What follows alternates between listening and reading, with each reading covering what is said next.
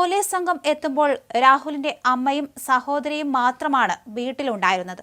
രാഹുൽ മാങ്കൂട്ടത്തിൽ വിഷയത്തിൽ ഗണേശ് മാമോ എവിടെയാ മോൻ? കഴിഞ്ഞ ദിവസം ഈ പാവപ്പെട്ട കുട്ടൻ ഒരു വീഡിയോ ചെയ്തായിരുന്നു ഗണേശ് മാമനെ പറ്റി. പഴയ പെണ്ണുകേസൊക്കെ ഒന്ന് ചെറുതായിട്ട് ഇങ്ങനെ കുത്തിക്കൊടുത്ത് ഒന്ന് ചെയ്ത വീഡിയോ ആയിരുന്നു. പക്ഷെ അതിനുശേഷം ഞാൻ നോക്കുമ്പോഴേ യൂട്യൂബ് മൊത്തം ഗണേശ് മാമന്റെ പഴയ പെണ്ണുകേസാണ് ഇപ്പൊ ചർച്ചാ വിഷയം. എന്റെ ഗണേശ് മാമ വല്ല ആവശ്യമുണ്ടോ? ഒരു വേദി കിട്ടിയപ്പോ നാളാവാൻ നോക്കിയതാ ഗണേശ് മാമൻ. അയ്യേ രാഹുല്, നാണമില്ലേ കോൺഗ്രസിന് ഇവനെ പോലുള്ളവനെയൊക്കെ താങ്ങിക്കൊണ്ട് നടക്കാൻ?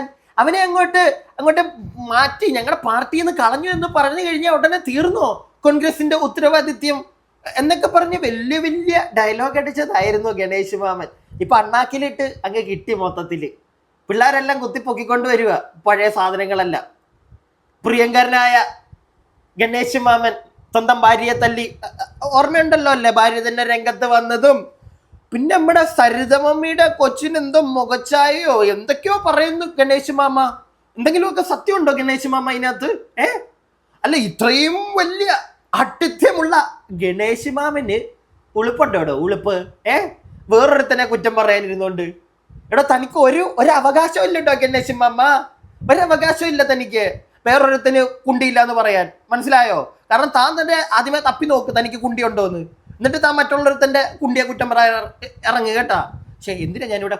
എന്തെങ്കിലും ആയിപ്പോട്ടെ, ഇരിക്കട്ടെ, നിങ്ങൾക്ക് കാര്യം കത്തിയല്ല, അതത്രേ ഉള്ളു. എന്താണെങ്കിലും ഒരു അഡ്വക്കേറ്റ് തന്നെ, ഞാനൊരു വീഡിയോ കണ്ടു ഒരു അഡ്വക്കേറ്റിന്റെ, അദ്ദേഹം തന്നെ കുറച്ച് കാര്യങ്ങൾ പറയുന്നുണ്ട് നമ്മുടെ ഗണേശ് മാമനെ പറ്റിയിട്ടും. പിന്നെ മാങ്കൂട്ടത്തിനെതിരെ ഇപ്പം നടക്കുന്ന ഈ ഒരു പരിപാടി ഉണ്ടല്ലോ, സത്യം പറഞ്ഞു കഴിഞ്ഞാൽ ഇവിടെ എന്താ ഇപ്പം സംഭവിക്കുന്നതെന്നറിയോ? ഉൾട്ട ആയിക്കൊണ്ടിരിക്കുക, കളി മൊത്തം മാറി. നാട്ടുകാർക്കൊക്കെ ഏതാണ്ട് കാര്യം പിടിയിട്ട് വരുന്നുണ്ട്. കാരണം ഒരു കേസ് വരുന്നു, 2 കേസ് വരുന്നു, മൂന്നാമത്തെ കേസ് വരുന്നു. പക്ഷേ ഇതിന്റെയൊക്കെ പുറകെ പോയിട്ട് തെളിവുകളൊന്നും കിട്ടുന്നില്ലെന്നാണല്ലോ പറയുന്നത് അന്വേഷണ ഉദ്യോഗസ്ഥന്മാർക്ക്. അതെന്തേ? പിന്നെ നമ്മുടെ മാങ്കൂട്ടത്തിൽ തന്നെ മറ്റേ പറയുന്നുണ്ട്, തുറന്നു പറയുന്നു, എനിക്കറിയാം, ആ പെങ്കൊച്ചിനെ എനിക്കറിയാം, ആ കേനെ എനിക്കറിയാലോ, ഞങ്ങൾ കണ്ടിട്ടുണ്ട്. പുള്ളി ഓപ്പണായിട്ട് പറയുന്നതേ. അല്ലാതെ ഇവിടുത്തെ ചില മറ്റേ പഴയ, ഓർമ്മയുണ്ടോ കുറച്ച് നാളുകൾക്ക് മുമ്പ് നമ്മുടെ MLA മുകേഷണ്ണനൊക്കെ പറയുന്ന കണക്ക് എനിക്കറിയാനേ പാടില്ല, അയ്യേ ഏതാ അവര് എന്നൊന്നും മാങ്കൂട്ടത്തിൽ പറയുന്നില്ല. മാങ്കൂട്ടത്തിൽ റൂം എടുത്തിട്ടുണ്ട്, മാങ്കൂട്ടത്തിൻ്റെ സ്വന്തം പേരില്ല. അതിനകത്തൊക്കെ എനിക്കറിയാൻ പാടില്ല. പിന്നെ പുള്ളിയുടെ പുറകെ നടക്കുക, പുള്ളിയുടെ പുറകെ നടന്ന് പുള്ളി അങ്ങോട്ട് പൂട്ടിയില്ലെങ്കിൽ പണിയാണ്. കാരണം മറ്റേ ചോരത്തിളപ്പുള്ള ഒരു യുവജന നേതാവാണ്. അവനെ അങ്ങോട്ട് ഒരുപാട് വളർത്തിക്കഴിഞ്ഞാൽ ഇവിടെ പലർക്കും പണി വരും. പിന്നെ ഇടയ്ക്കിടയ്ക്ക് ഈ യുവജന നേതാവ് നല്ല രീതിയിൽ നമ്മുടെ പിണ്ണുമാമിനൊക്കെ ഇട്ട് കൊട്ടുന്നുണ്ടായിരുന്നല്ലോ. അപ്പൊ പിന്നെ വെറുതെ വിടുവോ? കിട്ടുമ്പോ അങ്ങോട്ട് പൂട്ടും. അങ്ങനെ ഒരു പൂട്ടാണ് ഇപ്പൊ വെച്ചിരിക്കുന്നത്, പൂട്ടിയിട്ടേക്കുവാണ്. നമുക്ക് നോക്കാം എന്താകുമെന്ന്. പ്രത്യേകിച്ച് ഞാൻ പറഞ്ഞല്ലോ ഒരു അഡ്വക്കേറ്റിന്റെ, അദ്ദേഹം പറയുന്ന കാര്യങ്ങൾ കേട്ടപ്പോൾ അദ്ദേഹം വൃത്തിക്ക് പറയുന്നുണ്ട്, ഒന്നും നടക്കാൻ പോകുന്നില്ല, കുറച്ച് കാലം ഇവനെ ഇങ്ങനെ ഇട്ടിങ്ങനെ ഓടിക്കും, അത് കഴിയുമ്പോൾ ഒരു തെളിവും ഇല്ലാന്ന് പറഞ്ഞ് വെറുതെ വിടും. അതാണ് സംഭവിക്കാൻ പോകുന്നത്. എന്താണെങ്കിലും പ്രിയങ്കരനായ അഡ്വക്കേറ്റ് ഷാജഹാൻ എന്നാണെന്ന് തോന്നുന്നു അദ്ദേഹത്തിന്റെ പേര്. അദ്ദേഹം കുറച്ച് കാര്യങ്ങൾ പറയുന്നുണ്ട്, നിങ്ങൾ കേക്ക്. എന്നിട്ട് നമുക്ക് ബാക്കി കുറച്ച് കാര്യങ്ങൾ പറയാനുണ്ടേ. ഇന്നലെ മാങ്കൂട്ടത്തിന്റെ വീട്ടിലൊക്കെ കയറി ചെന്ന്, അമ്മയും പെങ്ങളും മാത്രമുള്ള വീട്ടിൽ, ഈ അമ്മയും പെങ്ങളും മാത്രമുള്ള വീട്ടിലേക്ക്, സ്ത്രീകൾ മാത്രമുള്ള ഒരു വീട്ടിലേക്ക് കയറി ചെല്ലുമ്പോൾ ഈ അന്വേഷണ ഉദ്യോഗസ്ഥരുടെ കൂടെ സ്ത്രീകൾ ആരെങ്കിലും ഒക്കെ ഉണ്ടായിരുന്നോ? അല്ല, അങ്ങനെ വേണ്ടേ? അതല്ല ഒരു മാന്യത, നമുക്കറിയാൻ പാടില്ല കേട്ടോ. എന്താണെങ്കിലും അവിടെ ചെന്നിട്ടൊരു കിണയം കിട്ടിയിട്ടില്ല നമ്മുടെ പ്രിയങ്കരായ അന്വേഷണ ഉദ്യോഗസ്ഥന്മാർക്ക്. തെളിവുകളൊന്നും ഇല്ലല്ലോ. മാങ്കൂട്ടത്തിൽ കുറച്ച് ദിവസം ഇട്ട് ഓടിച്ചു കഴിയുമ്പോൾ അയാൾ ഇറങ്ങി പോരുമല്ലോ. എന്തായാലും ഇതൊന്നും നിങ്ങൾ കേട്ടെ, എന്നിട്ട് നമുക്ക് ബാക്കി പറയാം. അയാൾക്കെതിരെ ഇത്രയും ആക്രമണങ്ങൾ നടക്കുമ്പോൾ നമ്മൾ ചിന്തിക്കേണ്ട കാര്യം എന്താ?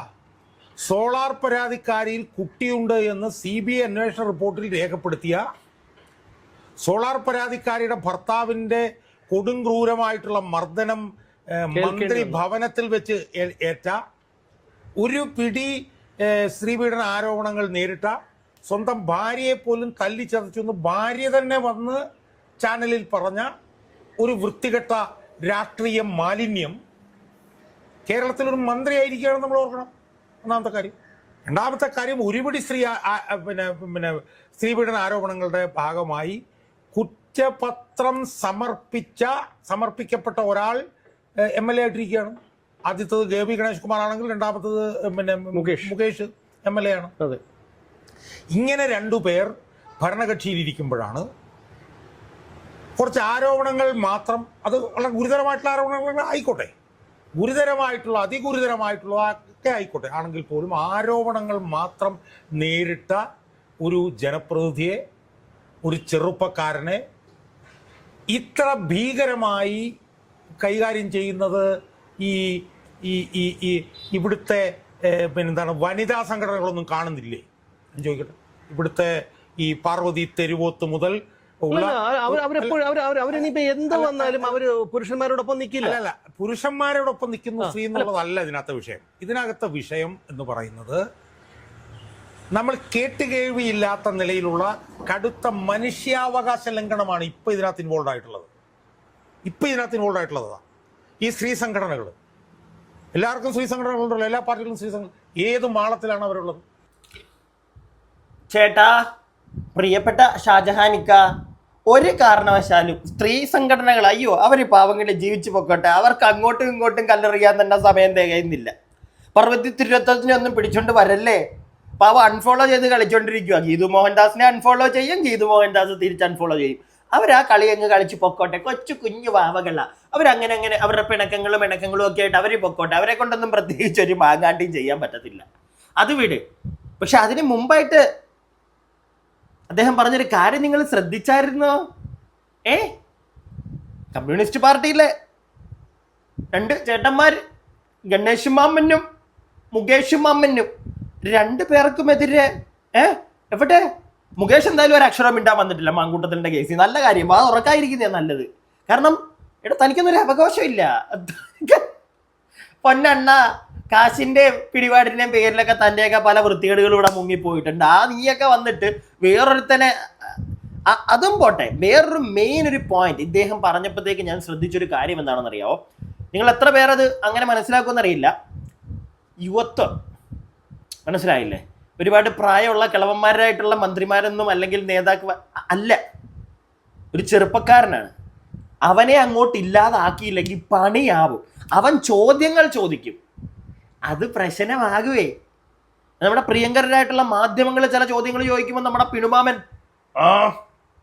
പോടാ, ഈ ഒരു സാധനം ഉണ്ടല്ലോ, ഇത് ഒരു രാഷ്ട്രീയ പ്രവർത്തനം ചോദിക്കുമ്പോൾ ആ സാധനം അടിച്ചു കഴിഞ്ഞാൽ പണി പാടും. അതുകൊണ്ടാണ് അങ്ങ് ഒതുക്കി വിടുന്നത്. പിന്നെ മാങ്കൂട്ടത്തിൽ അത്ര നീറ്റാണെന്നൊന്നും ഞാൻ പറയുന്നില്ല, ആവശ്യത്തിനുള്ള പിടിയും വലിയും ഒക്കെ കാണുമായിരിക്കുമട്ടെ. പക്ഷെ ഇതൊക്കെ സമ്മതത്തോടു കൂടി ആയിരിക്കില്ലേ എന്നാ എൻ്റെ ഒരു സംശയം. രണ്ടു പേരും കൂടെ, മനസ്സിലായോ? അല്ലാതെ മറ്റേ കേട്ടിയിട്ട് മറ്റേ അതൊന്നും അല്ലല്ലോടെ, അതൊന്നും ആയിരിക്കത്തില്ലല്ലോ. ഫ്ലാറ്റ് എടുത്ത് കൊടുക്കുന്നു, കൂടെ ചെല്ലുന്നു. വേറൊരു കാര്യമുണ്ട്, ഇപ്പൊ ഈ മറ്റേ ഹോട്ടലിൽ പരിശോധന നടത്തുന്നില്ലേ, രജിസ്റ്ററൊക്കെ നോക്കി ആ ഹോട്ടലിൽ വിളിച്ച് റൂം ബുക്ക് ചെയ്തത് ആ സ്ത്രീയാണ്. രാഹുൽ മാങ്കൂട്ടത്തിൽ അവിടെ ചെന്നു, രാഹുൽ മാങ്കൂട്ടത്തിൻ്റെ പേര് രജിസ്റ്ററിലുണ്ട്. രാഹുൽ മാങ്കൂട്ടത്തിൽ പറയുന്നു എനിക്കറിയാമെന്നാ പറയുന്നേ, അറിയുന്നില്ല എന്ന് പറയുന്നില്ല. അത് മനസ്സിലാക്കണം. പിടികിട്ടിയോ? അത്രേ പറയുന്നുള്ളൂ. കോഴിയൊന്നും കോഴി തന്നെ ആയിരിക്കട്ടെ, അത് വേറെ കാര്യം. പക്ഷെ ആ പൂവൻകോഴി മാത്രമാണോ ഇവിടുത്തെ പ്രശ്നം? ഒരു സംശയം. ബാക്കി കേൾക്കാം. ഇനി നമ്മൾ ഈ വിഷയത്തിലേക്ക് വന്നേ. ഈ വിഷയത്തിൽ രാഹുൽ മാങ്കൂട്ടത്തിനെതിരെ മൂന്നാമത്തെ ഒരു സ്ത്രീപീഡന ആരോപണം വന്നു. അയാളുടെ അറസ്റ്റിൽ 9 നടപടിക്രമ ലംഘനങ്ങളെങ്കിലും ഉണ്ട് എന്ന് പറഞ്ഞത് ഇവിടുത്തെ കേരളത്തിലെ മുൻ DGP ആണ്. അതിന്റെ വിശദാംശങ്ങളിലേക്ക് ഞാൻ പോകുന്നില്ല. ആ നടപടിക്രമങ്ങൾ കൊണ്ട് തന്നെ ഈ കേസ് തള്ളിപ്പോകുന്നുള്ളത് ഏതാണ്ട് തീർപ്പായ കാര്യം. ആരോപണങ്ങൾ മാത്രം നേരിടുന്ന ഒരു ചെറുപ്പക്കാരനായിട്ടുള്ള ഒരു MLA ഇവിടുത്തെ ഭരണകൂടം ഒരു ഇംഗ്ലീഷിൽ പറഞ്ഞാൽ ഒരു സംഘർഷാത്മകമായിട്ടുള്ള ഹോസ്റ്റലായിട്ടുള്ള ക്രൗഡിന് മുമ്പിൽ കൊണ്ടുവന്ന് നിർത്തിക്കൊടുക്കുകയാണ്. ഇത് ഇവിടുത്തെ നിയമവ്യവസ്ഥ കാണണം എന്നാണ് ഞാൻ പറയുന്നത്. യഥാർത്ഥത്തിൽ എന്താ ചെയ്യുന്നത്? ഇയാളോടുള്ള അതികഠിനമായിട്ടുള്ള പക ഭരണകൂടം തീർക്കുകയാണ്. ഭരണകൂടം തീർക്കുന്നത് എങ്ങനെയാണ്? ക്രമസമാധാന പാലനം നടത്താൻ ചുമതലപ്പെട്ട പോലീസിനെയാണ് അവർ ഇതിനു വേണ്ടിയിട്ട് ഉപയോഗിക്കുന്നത്. സത്യമായിട്ടുള്ളൊരു കാര്യമല്ലേ അദ്ദേഹം ഈ പറഞ്ഞത്? കഴിഞ്ഞ ദിവസം നിങ്ങൾ കണ്ടായിരുന്നോ ചീമുട്ടയൊക്കെ എറിയുന്നടേ? എടേ ഈ ചീമുട്ടയൊക്കെ എറിഞ്ഞോ? കുഴപ്പമൊന്നുമില്ല. കോടതി പറയട്ടെ, ഇവൻ ഭൂലോക കോഴി, ഇവൻ കള്ളൻ, ഇവരെ അവരെ എല്ലാവരും ഉപദ്രവിച്ചിട്ടുണ്ട്, കാശടിച്ചു മാറ്റിയിട്ടുണ്ട് എന്ന് കോടതി പറഞ്ഞു കഴിയട്ടെ. എന്നിട്ട് അവനെ ചീമുട്ട എറി. ഇത് അല്ലാതെ എടേ അങ്ങനെ ആയിരുന്നെങ്കിൽ രാഹുലിനെ എറിയാൻ കാണിച്ച ആ ഒരു ഉന്മേഷം ഉണ്ടല്ലോ, അതെന്തുകൊണ്ടാണ് മുകേഷിനെതിരെയും സ്വന്തം ഭാര്യയെ ഇടിച്ച് പഞ്ചറാക്കി കൂടാതെ തരിതമാമി ഗണേശ് മാമൻ എന്തേ ഗണേശ് മാമനെ ഒന്നും ആരും എറിയാൻ പോവാഞ്ഞ്? കൈ പൊങ്ങിയില്ലായോ? എന്തേ? അല്ലേ, ഒരു സാധാരണക്കാരന്റെ ചോദ്യമാ. എന്തേ? ഇവിടെ ഒന്നും ആയിട്ടില്ല, അതിനു മുമ്പേ തുടങ്ങി. ഈ ചെറുപ്പക്കാര് എറിയാൻ നടക്കുന്നവർ ആദ്യമേ ഒന്ന് മനസ്സിലാക്കുക മക്കളെ. നമുക്കൊക്കെ എന്തെങ്കിലും വേണ്ടേടേ? നമ്മളിൽ നിന്ന് നാളെ ഒരുത്തർ ഇറങ്ങി ചോദ്യം ചോദിച്ചാലും ഇത് തന്നെ ആയിരിക്കും, പിടിച്ച് അകത്തിടും, ഇല്ലാത്തതൊക്കെ എടുത്ത് നെഞ്ചത്ത് തോളത്ത് വെച്ച് തരും. പിടി കിട്ടിയോ? അതൊന്ന് ആലോചിക്കണം നമ്മൾ. ഇടയ്ക്ക് അവൻ നല്ലവനാന്നല്ല, അയ്യോ അങ്ങനെ ആരും പറയല്ലേ, ഞാൻ അങ്ങനെ പറയുന്നേ ഇല്ല. മാങ്കൂട്ടത്തിൽ ദ ബെസ്റ്റ് മോൻ ഓഫ് 2020-25 അവാർഡ് കൊടുക്കണം, അത്രയും നല്ല സ്വഭാവ ഗുണമുള്ളൊരു വ്യക്തിയാണ് എന്നൊന്നും ഞാൻ പറയുന്നില്ല. പക്ഷെ എവിടേക്കോ ഒരു എന്തോ ഉടായ്പ മൊത്തത്തിൽ മണക്കുന്നുണ്ട് ഈ കേസിൽ. മനഃപൂർവ്വം മറ്റേ ഇല്ലാതാക്കാനായിട്ടുള്ള ആ ഒരു ഫോമില്ലേ, അത് ഇതിനകത്ത് കാണുന്നുണ്ട്. അതുകൊണ്ടാണ് ഞാനത് പറയുന്നത്. നമുക്ക് ബാക്കി കേൾക്കാം. അതുകൊണ്ട് എനിക്ക് സൂചിപ്പിക്കാനുള്ളത്, കേരള പോലീസിന്റെ DGP റവട ചന്ദ്രശേഖരൊക്കെ ശ്രദ്ധിച്ചു കൊള്ളണം. ഈ കാണിക്കുന്ന ഈ വൃത്തികേടിന്, ഈ ചെറ്റത്തരത്തിന് നിയമ സംവിധാനത്തിൽ നിന്ന് തന്നെ മസ്തകത്തിന് അടി ഈ DGP റവട ചന്ദ്രശേഖരൻ ഉൾപ്പെടെ കിട്ടിക്കൊണ്ടിരിക്കുക. അതിപ്പോ അയാളെ ചീമുട്ട നിങ്ങൾ എറിയുന്നു എന്തിന്? എന്താണ് കാരണം? അയാളെ ചീമുട്ട എറിയുന്നതിന് എന്തെങ്കിലും കാരണം വേണ്ടേ? ഞാൻ ചോദിക്കട്ടെ, അപ്പോൾ അയാളൊരു കുറ്റവാളിയായിരുന്നു എന്ന് മനസ്സിലാക്കുക. അയാൾ കുറേ സ്ത്രീകളെ പീഡിപ്പിച്ചതുമായി ബന്ധപ്പെട്ട് നിയമവ്യവസ്ഥയിൽ കൂടെ പോയി കോടതിയിൽ വാദപ്രതിവാദം നടന്നു. അയാൾ ഒരു കുറ്റവാളിയാണ് എന്ന് കോടതി കണ്ടു, കോടതി അയാളെ ശിക്ഷിച്ചു എന്ന് മനസ്സിലാക്കുക. ആ ശിക്ഷയും വാങ്ങി അയാൾ കോടതിക്ക് പുറത്തേക്ക് വരുമ്പോൾ വേണമെങ്കിൽ ചീമുട്ട എറിയുന്നത് ശരിയാണോ അല്ലോ എന്നുള്ള പ്രശ്നം അവിടെ നിൽക്കുന്നുണ്ടെങ്കിലും അത് വേണമെങ്കിൽ ചെയ്യാം. എന്നിട്ട് ഇപ്പം എന്താ നടക്കുന്നത്? തെളിവെടുപ്പുമായി ബന്ധപ്പെട്ടുള്ള കാര്യങ്ങളെല്ലാം പൊളിഞ്ഞുകൊണ്ടിരിക്കുകയല്ലേ. അയാളെ തിരുവല്ലയിൽ ഹോട്ടലിൽ കൊണ്ടുവന്നപ്പോൾ കാണുന്ന എന്താണ്? അയാളുടെ പേരിൽ തന്നെയാണ് അവിടെ മുറി എടുത്തിട്ടുള്ളത്. അയാളെ സ്ത്രീ വിളിച്ചു വരുത്തുകയാണ് ചെയ്തിട്ടുള്ളത്. അയാൾ കള്ളപ്പേര്, ഇപ്പോൾ വൃത്തികേടിന് പോയിരുന്നെങ്കിൽ അയാൾക്ക് കള്ളപ്പേരിൽ അവിടെ ചേരാമായിരുന്നല്ലോ. അയാളുടെ പേര് തന്നെയാണ് കൊടുത്തത്. ആ സ്ത്രീയായിട്ട് 1 മണിക്കൂർ സംസാരിച്ചിട്ട് അയാൾ അവിടെ നിന്ന് തിരിച്ചു പോവുകയാണ് ചെയ്തത്. ഒന്നും പോലീസിന് അവിടെ നിന്ന് കിട്ടുന്നില്ല. അപ്പോൾ പോലീസ് ആകെപ്പാടെ അങ്കലാപ്പിലാണ്. പോലീസ് മൊത്തത്തിൽ നട്ടം തിരിഞ്ഞിരിക്കുകയാണ്. തെളിവുകളൊന്നും കിട്ടുന്നില്ല. വീട്ടിൽ ചെന്നിട്ടാണെങ്കിലും ഒന്നും ഇല്ല. അവിടെ എങ്ങും പിടികിട്ടിയോ?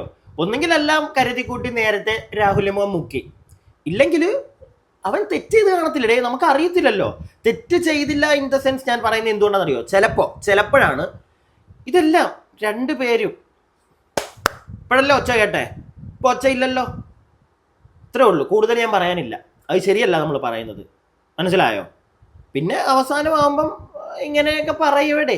ഇല്ലെങ്കിൽ ആരെങ്കിലും ഒക്കെ കുത്തിക്കീറി ഇറക്കി അറിയാവുന്ന ഈ ഒരു കണക്ഷനൊക്കെ അറിയാവുന്ന വേറെ ചേട്ടന്മാർ അങ്ങോട്ട് പറഞ്ഞ് ഇങ്ങോട്ട് പറഞ്ഞ് നമ്മുടെ മെയിൻ ഗണേശ് മാമൻ്റെ ടീമുകളൊക്കെ അറിഞ്ഞ് കൊടുത്തൊരു പണി ആയിരിക്കാം. അവരെയൊക്കെ വിളിച്ച് സെറ്റ് ചെയ്ത് ചെയ്യിപ്പിച്ചതായിരിക്കാം. അങ്ങനെയും ആയിരിക്കാമല്ലോ. പിടികിട്ടിയില്ലേ? പ്രത്യേകിച്ച് ഗണേശ മാമനെ പോലുള്ള ആളുകൾ ഘോരം പ്രസംഗിക്കാനായിട്ട് ഇപ്പം ഇറങ്ങുന്നത്. എൻ്റെ പൊന്ന് ഗണേശ് മാമ, താങ്കൾക്ക് ഒരവകാശവും ഇല്ല ഈ കേസിലൊന്നും സംസാരിക്കാൻ. കാരണം അതിനേക്കാട്ടിലും വലിയ ടീമായിരുന്നു താങ്കൾ, മനസ്സിലായോ? താങ്കൾ നല്ല മോനാന്ന് താങ്കൾ പറയുമ്പം, അല്ലെങ്കിൽ അങ്ങനെ പറയാൻ താങ്കൾ മുതിർന്നാൽ അപ്പം നമ്മളും പറയട്ടെ, ഇത് തന്നെയല്ലേ നമ്മുടെ മാങ്കൂട്ടം മാമനും പറയുന്നത്. അപ്പം മാങ്കൂട്ടം മാമനെ നമ്മൾ വിശ്വസിക്കണ്ടേ എന്ന് ഞങ്ങൾ ചോദിക്കത്തില്ലേ? സാധാരണക്കാർ ചോദിക്കും. അല്ല തന്നെ ഞങ്ങളെന്തിനാ വിശ്വസിക്കുന്നത്? താനാരാ? ഗണേശ് മാമ ട്രാൻസ്പോർട്ട് മന്ത്രിയായി, ഓക്കെ, എന്തൊക്കെയോ നല്ല കാര്യങ്ങൾ എവിടെയൊക്കെ ചെയ്യുന്നുണ്ടെന്ന് ഇരിക്കട്ടെ, വെച്ചോ. സ്വന്തം പോക്കറ്റിലോട്ടൊന്നും വീഴാതെ ജനങ്ങൾക്കൊന്നും ഉണ്ടാക്കി കൊടുക്കത്തില്ലല്ലോ ആരും, അത് വേറെ കാര്യം, ആയിക്കോട്ടെ. പക്ഷെ എല്ലാ കാര്യത്തിലും താങ്കളങ്ങ് മെച്ചപ്പെട്ട ഒരു മനുഷ്യനാണെന്ന് അറിയിക്കാനായിട്ടുള്ള മറ്റേ സാധനം കൊണ്ട് ഇറങ്ങിക്കഴിഞ്ഞാൽ അണ്ണാക്കി പിരിവെട്ടിയാണൊക്കെ ഇരിക്കേണ്ട വരും. ഇപ്പൊ മറ്റേ നമ്മുടെ മറ്റേ ഐറ്റത്തിന്റെ പേരെന്നായിരുന്നു, മറ്റേ രാജാവ് ഉണ്ടല്ലോ, സുരേഷ് ഗോപി രാജാവ്, തന്നില്ലേ അണ്ണാക്കില്? തന്നില്ലേ? കിട്ടിയില്ലേ? കഴിഞ്ഞ ദിവസത്ത് കുത്താൻ നോക്കിയതാണല്ലോ. കുത്തിക്കഴിഞ്ഞപ്പോഴത്തേക്ക് ഇങ്ങോട്ട് മറ്റേ പുട്ടു എന്ന് അടിച്ചു തന്നില്ലേ? എല്ലാം വായിക്കാത്ത കയറി ഇരിപ്പില്ലേ? അത്രേ ഉള്ളൂ, എനിക്ക് കൂടുതലൊന്നും പറയാനില്ല. ഗണേശ് മാമനൊന്നും റൈറ്റ് ഇല്ല.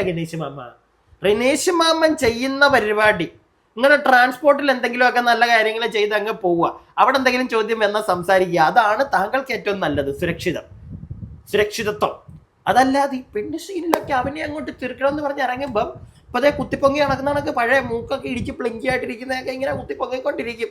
ചോദിക്കും എന്നിട്ട് നാട്ടുകാർ, എടാ മോനെ നീ ആരായിരുന്നടാ, നീയാണോ അവനെ കുറ്റം പറയാൻ, നാണമില്ലേടാ, ഉളുപ്പില്ലേടാ നിനക്ക് എന്നൊക്കെ ചോദിക്കും. നമുക്ക് വേറൊരു വാർത്തയും കൂടെ കേൾക്കാം, ജസ്റ്റ് ചെറുത്, എന്നിട്ട് നമുക്ക് വൈൻഡപ്പ് ചെയ്യാം. ഓക്കെ, ഇത് നിങ്ങൾ അറിഞ്ഞിരിക്കണം, അതുകൊണ്ടാണ് കേട്ടോ. അതേസമയം രാഹുൽ മാങ്കൂട്ടത്തിലിന്റെ വീട്ടിൽ പോലീസ് സംഘം ഇന്നലെ പരിശോധന നടത്തി. SITയും അടൂർ DYSPയും അടങ്ങുന്ന സംഘമാണ് വീട്ടിലെത്തിയത്. ബുധനാഴ്ച ഉച്ചയ്ക്ക് 1:30 എത്തിയ സംഘം 10 മിനിറ്റ് മാത്രമാണ് വീട്ടിൽ ചെലവഴിച്ചത്. പോലീസ് സംഘം എത്തുമ്പോൾ രാഹുലിന്റെ അമ്മയും സഹോദരിയും മാത്രമാണ് വീട്ടിലുണ്ടായിരുന്നത്. ഇവരോട് ചോദ്യങ്ങളൊന്നും ചോദിക്കാതെ രാഹുലിന്റെ മുറിയിലാണ് പോലീസ് പരിശോധന നടത്തിയത്. എന്നാൽ പരിശോധനയിൽ വീട്ടിൽ നിന്നും ഒന്നും കണ്ടെടുത്തിട്ടില്ലെന്നാണ് ലഭിക്കുന്ന വിവരം. അതേസമയം രാഹുലിന്റെ ലാപ്ടോപ്പ് തേടിയാണ് പോലീസ് വീട്ടിലെത്തിയതെന്നും സംശയമുണ്ട്. 2024 ഏപ്രിൽ 8 ഉച്ചയ്ക്ക് 1 മണി അതിജീവിത ബുക്ക് ചെയ്ത തിരുവല്ലയിലെ ഹോട്ടലിലെ 408 നമ്പർ മുറിയിലേക്ക് രാഹുൽ കടന്നുവന്നു. അതിജീവിതയുമായി സംസാരിച്ചു. 1 മണിക്കൂറിലധികം മുറിയിലിരുന്നു. ഇക്കാര്യം രാഹുൽ അന്വേഷണ സംഘത്തോട് സമ്മതിച്ചിട്ടുണ്ട്. രാഹുൽ BR എന്ന പേര് രജിസ്റ്ററിൽ രേഖപ്പെടുത്തിയിരുന്നതും അന്വേഷണ സംഘം എന്താണെങ്കിലും കേട്ടല്ലോ, നിങ്ങൾ വിളിച്ച് ബുക്ക് ചെയ്തത് ആരാ കേട്ടല്ലോ. രാഹുൽ എത്തി, രാഹുലിന്റെ പേര് രജിസ്റ്ററിൽ എഴുതുകയും ചെയ്തു. എന്തെങ്കിലും ഒരു ഉടായിപ്പ് അയാളുടെ ഉള്ളിൽ ഉണ്ടായിരുന്നെങ്കിൽ അയാൾക്ക് എല്ലാം മാറ്റി എഴുതിയാൽ പോരായിരുന്നു, അല്ലെങ്കിൽ രജിസ്റ്റർ പേര് എഴുതണ്ടായിരുന്നല്ലോ. പുള്ളി ധൈര്യത്തോടെ അതൊക്കെ എഴുതിയെന്ന് വെച്ച് കഴിഞ്ഞാൽ അതിനകത്ത് വേറൊന്നും കാണത്തില്ലായിരിക്കാം. അതുകൊണ്ടായിരിക്കാം ചിലപ്പോൾ അങ്ങനെ എഴുതിയത്. സംശയമാണേ, നമുക്ക് ഉറപ്പിച്ചൊന്നും പറയാൻ പറ്റത്തില്ല. പിന്നെ വേറൊരു കാര്യം, പുള്ളിയുടെ ഈ വീട്ടിലൊക്കെ അമ്മയും പെങ്ങളും മാത്രമുള്ളപ്പോൾ ചെല്ലുമ്പോഴത്തേക്ക് എനിക്ക് അറിയത്തില്ല സ്ത്രീകൾ ആരെങ്കിലും ഉണ്ടായിരുന്നോ ഈ ചെന്ന കൂട്ടത്തിലെങ്കിൽ ഉണ്ടെന്ന് നമുക്കറിയത്തില്ല. എന്താണെങ്കിലും അവിടെ ചെണ്ട ഒരു മാങ്ങണ്ടി കിട്ടിയതുമില്ല.